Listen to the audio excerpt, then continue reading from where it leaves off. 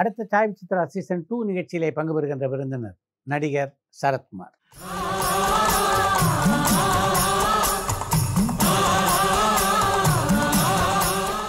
கடந்த 40 ஆண்டு காலமாக தமிழ் சினிமா உலகிலே தொடர்ந்து பயணித்துக் கொண்டிருக்கின்ற சரத்குமார் கலை உலகிலும் அரசியல் உலகிலும் தான் பெற்ற அனுபவங்கள் பலவற்றை இந்த நேர்காணலிலே பகிர்ந்து கொண்டிருக்கிறார்.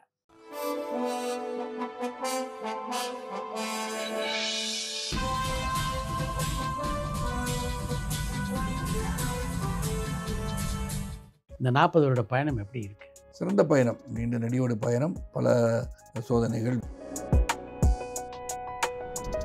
சரத்குமாரை பொறுத்த வரைக்கும் நடிப்பு பயிற்சியெல்லாம் எடுத்துக்கிட்டு திரையுலகத்துக்கு வந்தவர் இல்லை. அதாவது நீங்கள் சொன்னது மாதிரி நான் எந்த ஒரு பள்ளிக்கூடத்துக்கு நான் போகல. படித்தோ நடிப்பு பயிற்சியோ இதெல்லாம் நான் எடுத்துக்கிறேன். இன்றைக்கி நீங்கள் ஒரு நல்ல இடத்துல ஒரு நடிகராக இருக்கீங்கன்னா அதுக்கு யாரெல்லாம் காரணம் அப்படின்னு நீங்கள் சொல்ல விரும்புகிறீங்க? முதல்ல ஆரம்ப காலகட்டத்துக்கு சொல்லப்போனால் நான் செந்தில்நாதன் அவர்களை சொல்லணும். கண்டிப்பாக கதாநாயகனாக்கிய முதல் இயக்குனர். ஆமாம். அப்போ 4 படம் தொடர்ந்து கால் ஷீட் எங்கே இருக்குன்னு கேட்டால் செந்தில்நாதன் தான் கேட்கணும். நீங்கள் வில்லனாக நடிச்சுட்டு இருந்த காலகட்டத்தில் நம்ம கதாநாயகன் நடிக்கணும் அப்படின்றது உங்களுடைய எண்ணமாக இருந்ததா இல்லை சந்தர்ப்பம் அமைஞ்சுதா? இல்லை, நான்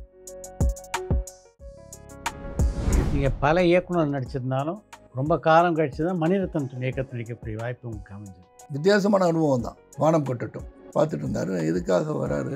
நார்மலாக இன்னசென்ட் கம் அவ்வளோ 2 மட்டும் ரிசீட் பண்ணிட்டாரு அப்படின்னு பார்க்கும்போது இந்த படத்தில் உலக அழகியோடு நடிச்சது அப்படின்னு first day don't you know how to romance Sarath அப்படின்னு சொல்லி மணிரத்னம் கேட்டது இன்னும் எனக்கு. ஏன்னா அவர் என்ன சொன்னாலும் இப்படியே கையை கொண்டு வரீங்க, you coming like this and then you holding year, அந்த மோதிரத்தை காணும், முத்திரை மோதிரத்தை எங்கே அப்படின்னு நீங்கள் கேட்கணும்னு சொன்னார். ஆரம்பத்தில் முதல்லையே நீங்கள் திரைப்பட தயாரிப்பாளராக தான் வந்தீங்க. முதல் படம் அனுபவம் தயாரிப்பாளராக எப்படி இருந்தது? கண்ணதாசன் புதவனை சந்திக்க நேரிட்டது. அப்போ அவர் தான் சொன்னார், நீங்கள் ஒரு படத்தில் நடிக்கலாமே, நான் ஒரு கதை ரெடி பண்ணுறேன். அப்போ நான் என்ன சொன்னேன்னா, அப்போயே நான் உடனே நான் கதாநாயகன் ஆகணும், அதனால் நான் என்ன பண்ணலாம்னு யோசனை பண்ணதுக்கப்புறம் தான். நடிகர்கள் திரைப்படங்களை தயாரிக்கிறது புத்திசாலித்தனமான ஐடியான்னு நினைக்கிறீங்களா? என்னதான் பிளானிங் பண்ணாலும் திரைப்படம் எடுப்பது என்பது சாதாரண விஷயம் கிடையாது. அதனால் நான் ஜோக்காக நான் பலர்கிட்ட சொல்லுவேன். என்னை பொறுத்து மகேஷ் பட் அவர்கள் சூரியன் படத்தை பார்த்த பிறகு நான் பேசும்போது ஜென்ரலாக பேசிட்டு ஒரு கருத்து சொன்னார். வெற்றி தோல்வியை பொதுவாக நீங்கள் எப்படி எடுத்துக்கிட்டு? அவர் மிகப்பெரிய தோல்வியை சந்தித்தேன் நான் பாராளுமன்ற தேர்தலில்.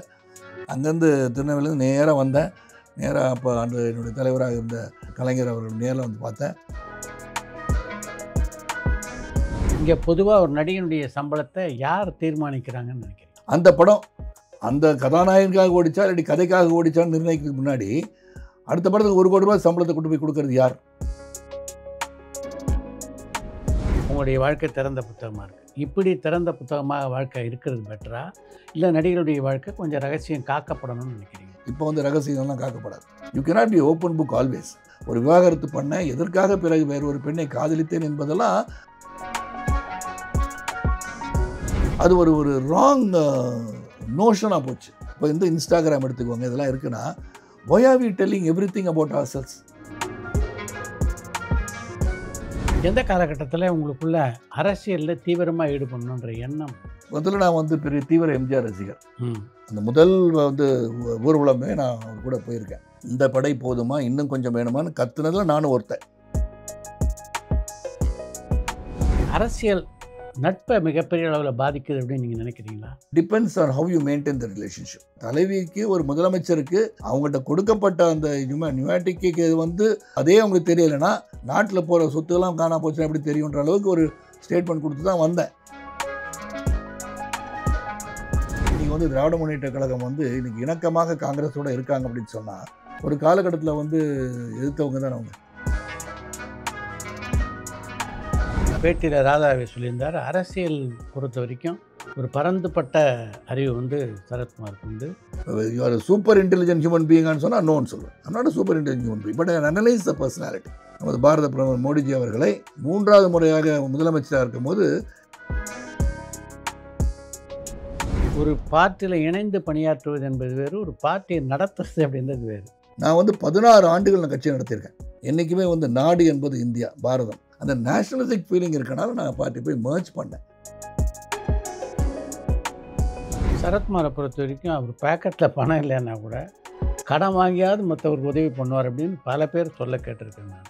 ஈகை என்பது என் முன் பிறந்ததுன்னு நினைக்கிறேன் நான். பியூசி படிக்கும் போது ஒரு பையன் வந்து பஸ்ஸு லெஃப்ட்டில் திரும்பணும்னு நினச்சிட்டு ஏறிட்டான் போல இருக்குது. ரைட்டில் திரும்பிச்சு குதிச்சிட்டான். ஒரு பயணம் அப்படின்னு பார்த்தீங்கன்னா it is not better process. அங்கங்கே பல பிரச்சனைகள் நீங்கள் சந்திச்சிருப்பீங்க. பிரச்சனைகள்னு சொல்லும் போது ஒன்று வந்து ஹெல்த் இஷ்யூன்னு சொன்னேன். மேலேருந்து விழுந்த உடனே சரத்குமாரின் கலை உலக பயணம் முடிந்ததெல்லாம் எழுதும் போதெல்லாம் நான் உண்மையிலே சித்ரா சார் எனக்கு வந்து அந்த பெட்டில் 6 மாதம் இருக்கும் போது கூட இந்த வாரிசு மடையில் நீங்கள் வானலாக விஜயை புகழ்ந்தீங்க. இப்போ விஜயை பற்றி நீங்கள் ஒரு பேச்சு வந்து மிகவும் பரபரப்பாக வலைதளங்களில் வந்துட்டு இருக்கு.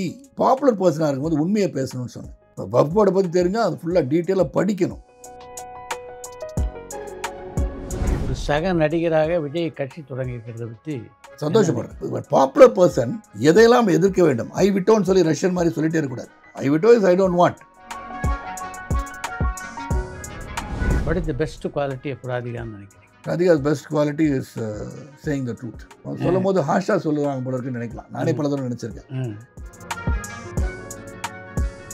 உங்களுடைய திரைப்பயணம், அரசியல் பயணம் இதை பற்றியெல்லாம் அவங்கக்கிட்ட முன்னாடி விவாதித்து முடிவெடுக்கிறது உண்டா? முடிவெடுத்ததுக்கப்புறம் அவங்களுக்கு சொல்லிக்கலாம். அரசியல் டிசிஷன்ஸ்லாம் அவங்களுக்கு தான் கேட்கறது கிடையாது.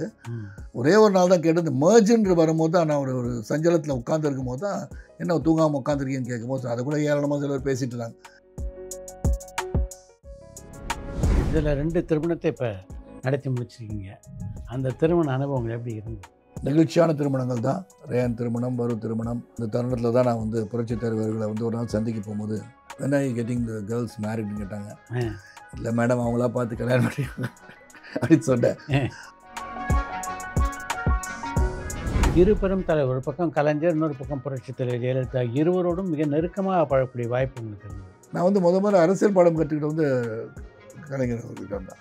ஒரு நாள் வாங்க வண்டியில் அவங்க ஏறுங்கன்ட்டார். அப்போ சிஎம்மாக தான் இருக்காங்க. அப்போ எங்கே போகிறோம்ப்பா அப்படின்னு கேட்டேன். அவங்க புத்தக வெளியிட்டு போகிறோம். புத்தக வெளியிட எனக்கு பக்குச்சு. சூப்பர் ஸ்டார் ரஜினிகாந்தோட சின்ன சின்ன மன வருத்தங்கள் ஒரு காலகட்டத்தில் உங்களுக்கு இருந்தது. சில காலகட்டங்கள் சில வந்து ஸ்டேட்மெண்ட் வரும்போது இன்றைக்கி கூட பத்திரிகை உலகத்தில் அப்படி சொல்லியிருக்காருன்னு நினைக்கும் போது